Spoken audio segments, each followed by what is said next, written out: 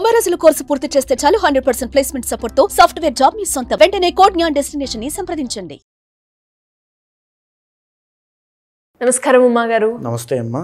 మార్చి 29 రోజు సూర్యగ్రహణం ఉంది అని అంటూ ఉన్నారు. నిజంగానే అది మనకు ఉందంటారా? లేదు అంటే ఎక్కడెక్కడ ఉంది? ఆ రోజు మనం ఎలాంటి నియమాలు పాటించాలంటారు?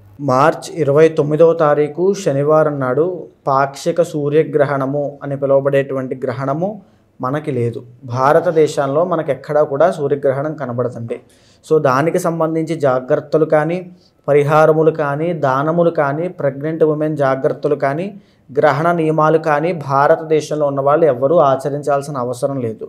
అయితే ఈ గ్రహణం ఏ ఏ దేశాలకు ఉంది అంటే ప్రధానంగా north America, south America, America ప్రాంతాల్లో ఉత్తర అమెరికాకి, దక్షిణ అమెరికాకి, తర్వాత నార్త్ ఏషియాలో ఉత్తర ఏషియా ప్రాంతంలోనూ, యూరప్ అంతా కూడా కనబడుతుంది, ఆఫ్రికా ప్రాంతం అంతా కూడా కనబడుతుంది, గ్రీన్లాండ్ ప్రాంతంలోనూ, ఐస్లాండ్ ప్రాంతంలోనూ వాళ్ళకి ఖచ్చితంగా పాక్షిక సూర్యగ్రహణం ఉంది. ఆ మాట వాస్తవము. అయితే ఇప్పుడు నేను చెప్పినటువంటి దేశాల్లో మన భారతదేశంలో ఉన్నటువంటి పౌరులు ఎవరైనా అక్కడ ఉన్నట్లయితే ఖచ్చితంగా నియమాలు పాటించాలి. ఎలాంటి నియమాలు గురువు? ప్రధానంగా ప్రెగ్నెంట్ ఉమెన్ ఉంటే కనుక జాగ్రత్త వహించాలి. గ్రహణం పట్టే 3 గంటల దగ్గర నుంచి భోజనం కానీ ఏది కూడా తినకూడదు. తరువాత ఏమిటంటే బయటికి రావడం కానీ, ఆకాశం వైపు సూర్యుని దర్శనం చేసుకోవడం కానీ ఏది చేయకూడదు. తరువాత తినేటువంటి పదార్థాల విషయంలో అన్ని విషయాలను గ్రహణ నియమాలన్నీ కూడా జాగ్రత్త వహించాలి. పట్టడానికి ముందు స్నానము, పట్టిన తరువాత స్నానము చేసి ఇల్లంతా శుభ్రం చేసుకోవడం లాంటివి, ఒకసారి సంప్రోక్షణ చేసుకోవడం లాంటివి, నెగిటివ్ ఎనర్జీ లేకుండా అన్నిటినీ కూడా పాజిటివ్గా మార్చుకోవడం కోసం సాంబ్రాణి వెలిగించడము, ఇంట్లో భగవత్ నామస్మరణ చేయడము, విష్ణు సహస్రనామ పారాయణ చేయడం లాంటివి ఖచ్చితంగా చేయాలి. అయితే ప్రధానంగా మాట్లాడుకోవాల్సింది ఏమిటి అంటే గ్రహణ సమయాల్లో కాస్మిక్ ఎనర్జీ అనేది చాలా హైగా ఉంటుంది. ఆ టైంలో అందుకనే ఏ మంత్రాన్ని చదివినా పురస్చరణ చేసిన ఫలితం లభిస్తుంది అని చెప్తారు. ఉదాహరణకి మీకు గురువు ద్వారా ఎవరైనా మంత్రాన్ని ఉపదేశంగా ఇచ్చినట్లయితే, లేదా ఎవరైనా సరే ఏ మంత్రాన్నైనా నిత్యం దేవతార్చనలో ఇంట్లో పూజ చేసుకునే అలవాటు ఉంటే, లేదా మీకు ఏదైనా సమస్య ఉంటే, ఫర్ సపోజ్ మీకు విపరీతమైన అప్పులు ఉన్నాయి అనుకోండి, రుణ విమోచన అంగారక స్తోత్రాన్ని గ్రహణం పట్టినప్పటి నుంచి వెళ్ళిపోయేంత వరకు చదువుతూనే ఉండండి. ఆ మంత్రం మీకు సిద్ధిస్తుంది, అప్పులన్నీ తీరిపోతాయి.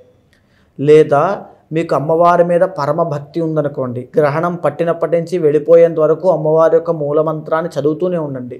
అమ్మవారి యొక్క మంత్రసిద్ధి మీకు కలుగుతుంది. తరువాత ఇది ఎవరు ఆచరించాలి? గ్రహణము ఎవరైతే ఆ దేశాల్లో ఉంటున్నారో, ఆ గ్రహణం పట్టేటువంటి దేశాల్లో వాళ్ళు గ్రహణ సమయంలో ఆచరించాలి. లేదు ఇంకా మాకు హై ఎనర్జీ కావాలి అనుకున్న వాళ్ళకి మార్చి 29 రాత్రి నుంచి మార్చి 30 అంతా కూడా షష్టగ్రహ కూటమి 12వ స్థానంలో పడుతోందని, తరువాత అన్ని రాశుల గురించి మనం మాట్లాడుకున్నాం. కానీ యూనివర్స్లో మీరు ఒక్కసారి చూస్తే డీటెయిల్డ్గా ద ఒరిజినల్ 12th హౌస్ అయినటువంటి మీనరాశి కాస్మిక్ రాశి అంటే ధర్మ 9వ స్థానం నుంచి 12 వరకు ఉండేటువంటి స్థానాల్ని ధర్మ, అర్థ, కామ, మోక్ష స్థానములు అంటారు. 9వ స్థానం ధర్మస్థానము అంటే దానము చేసేటువంటిది, 10వ స్థానము అర్థస్థానము డబ్బు సంపాదించేటువంటిది, కామము అంటే 11వ స్థానం కామస్థానము కోరికలు సిద్ధింపచేసేటుకునేటువంటిది, 12వ స్థానము మోక్షస్థానము అంటే అనదర్ డైమెన్షన్కి తీసుకువెళ్ళేటువంటిది మోక్షము అని అంటే.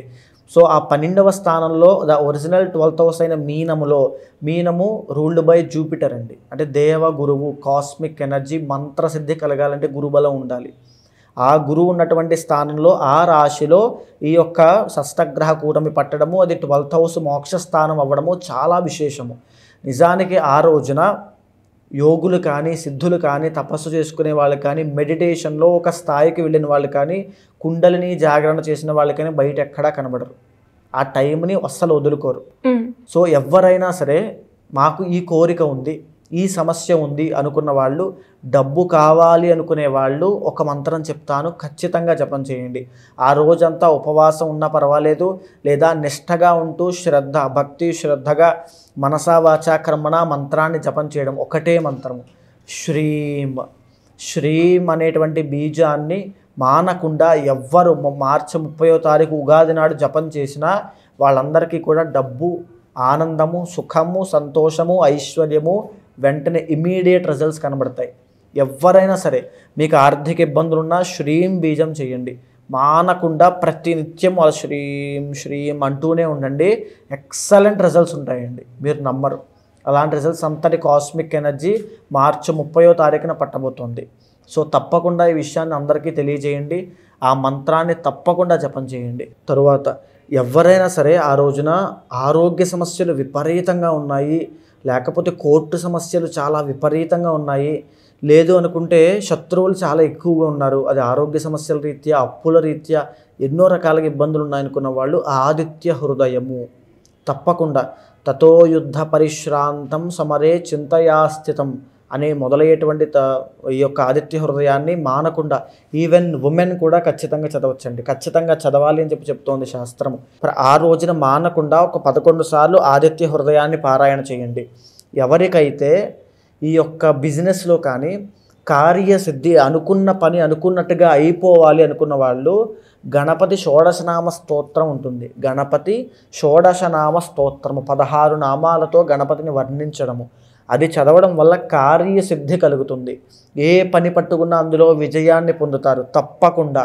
ఇంకొక విషయం చెప్తాను, ఎవరైనా నాకు ఈ పనిలో ఆటంకాలు వస్తున్నాయి, నాకు ఈ పని చేయలేకపోతున్నాను, సక్సెస్ రావట్లేదు, కావాలని నన్ను తొక్కుతున్నారు, నన్ను బ్లేమ్ చేస్తున్నారు, నన్ను టార్గెట్ చేస్తున్నారు అనుకున్న వాళ్ళు శ్రీదేవి ఖడ్గమాలా స్తోత్రము అని ఉంటుంది. అమ్మవారి ఖడ్గానికి ఎలా అయితే తిరుగులేదో శ్రీదేవి ఖడ్గమాల స్తోత్రం చదివిన వాళ్ళకి అలా తిరుగుండదు. ఎలాంటి పనైనా దిగ్విజయంగా పూర్తవుతాయి, ఎలాంటి అప్పులైనా తీరిపోతాయి. అమ్మవారు ఆదిశక్తి యొక్క సంపూర్ణ అనుగ్రహము శ్రీదేవి ఖడ్గమాల స్తోత్రం చదవడం వల్ల, అది కూడా మార్చి 30వ తారీఖున ఎస్పెషల్లీ చదవడం వల్ల లభిస్తుంది. 9 సార్లు కానీ 18 సార్లు కానీ 27 సార్లు కానీ ఈవినింగ్ టైం పారాయణ చేయండి. ఒక కొత్త ఎక్స్పీరియన్స్ని, ఒక కొత్త గుడ్ రిజల్ట్స్ని, ఒక లక్ని మీరు చూస్తారు. థ్యాంక్ యూ అండి, థ్యాంక్ యూ సో మచ్. నమస్తే. మరి ఎవరికైనా కూడా ఇలా షష్టగ్రహ కూటమి వల్ల మాకు ఎఫెక్ట్ ఉంది, మేము మా పర్సనల్ చార్ట్ మీకు చూపించుకొని దానికి తగ్గట్టుగా మేము పరిహారాలు చేసుకోవాలి అనుకునే వాళ్ళు ఎవరైనా కూడా మిమ్మల్ని ఎలా అప్రోచ్ అవ్వాలి అంటారు? తప్పకుండా అమ్మా, ఎవరైనా సరే అలాంటి వాళ్ళు ఉంటే కింద కనిపించేటువంటి నెంబర్కి కాల్ చేసి అపాయింట్మెంట్ తీసుకోండి. ఎందుకు అంటే ఇప్పుడు మనం మాట్లాడుకుంది గోచార అంశము, ఇంకా డిస్కస్ చేసుకోవాల్సింది మీ పర్సనల్ చార్ట్లో చాలా ఉంటుంది. అది బికాస్ 60% మీ లైఫ్ మీద ఎఫెక్ట్ చూపిస్తుంది. కాబట్టి మీ సమస్య ఏదైనా, కోరిక ఏదైనా, నేను ఐఏఎస్ అవ్వాలి, ఐపీఎస్ అవ్వాలి, సినిమా ఇండస్ట్రీలో వెళ్ళాలి, ఏ కోరిక, నాకు ఇలా అప్పులు ఉన్నాయి, సమస్యలు ఏమైనా, గోచారము మీ పర్సనల్ చార్ట్ని సమన్వయం చేస్తూ ఒక ప్రాపర్ గైడెన్స్ తీసుకోండి. తర్వాత ఏదైనా దోషాలుంటే తగిన శాంతి పరిహారములు ఆచరింపచేసి మీతో ఆ మంత్రోపాసన మీతో చేయించి తప్పకుండా మంచి రిజల్ట్స్ వచ్చేంత వరకు మీతో ట్రావెల్ చేసి ఖచ్చితంగా మీ వెనకాల నేను ఉంటాను. థ్యాంక్ యూ అండి, థ్యాంక్ యూ సో మచ్. నమస్తే అమ్మా.